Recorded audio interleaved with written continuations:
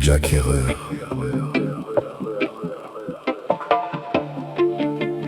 l'homme qui a changé d'avis.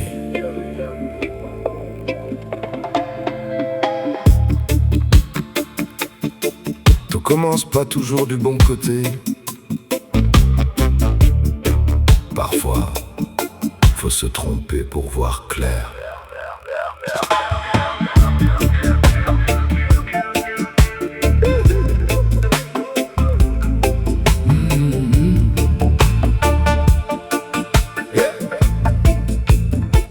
Il était pas rebelle, plutôt carré dans sa tête, milieu conservateur, vision propre, sans faille, sans dette.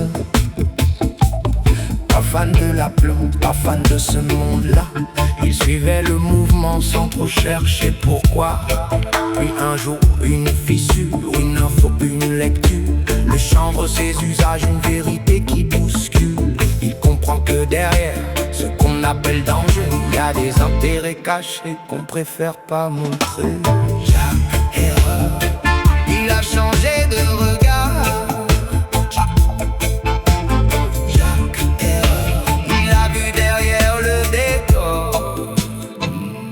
Années 70, il bouge, il parle, il distribue. Tract, conférence, il lâche plus le sujet. Il devient une voix, pas parfaite mais debout. Un gars qui pose des questions là où personne n'avoue. 1935, un livre entre ses mains. L'empereur est nu mais tout commence à faire du bruit. Il parle de baguettes, de fibres, de foule, d'une plante qu'on a enterrée pour garder le contrôle du réel. Le problème, c'est pas ce que tu consommes, c'est ce qu'on t'empêche de comprendre.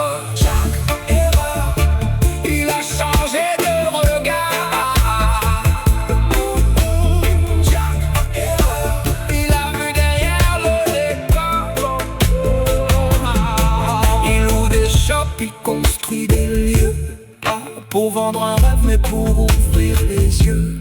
Même candidat, même contre le courant, pas pour gagner le monde, juste dire ce qu'il ressent. Et jusqu'à la fin, malgré le corps qui lâche, il tient sa vision comme une lumière qui s'arrache. C'est pas une histoire de plante, c'est une histoire de regard et de moments.